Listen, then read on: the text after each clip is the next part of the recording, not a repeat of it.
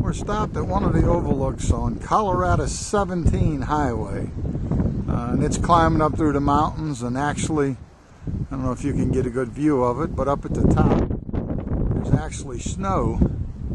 This is the road coming up. Looks a whole lot better than where we came from earlier today, but you can see the valley down there, and the river runs through it. Is really gorgeous. But according to the map, we'll get up around 10,500 feet when we cross up there.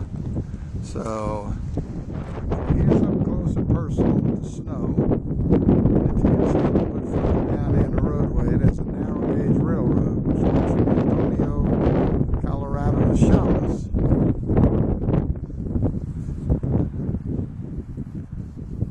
And from what I understand, it is actually still a scenic railroad this time. So Colorado 17 though, it's a must ride. Plenty of pullovers, scenery. It's hard to beat. This is another one of the many little valleys that we've run across. And that little bit of stuff you see there, is not one more view from the mountaintop.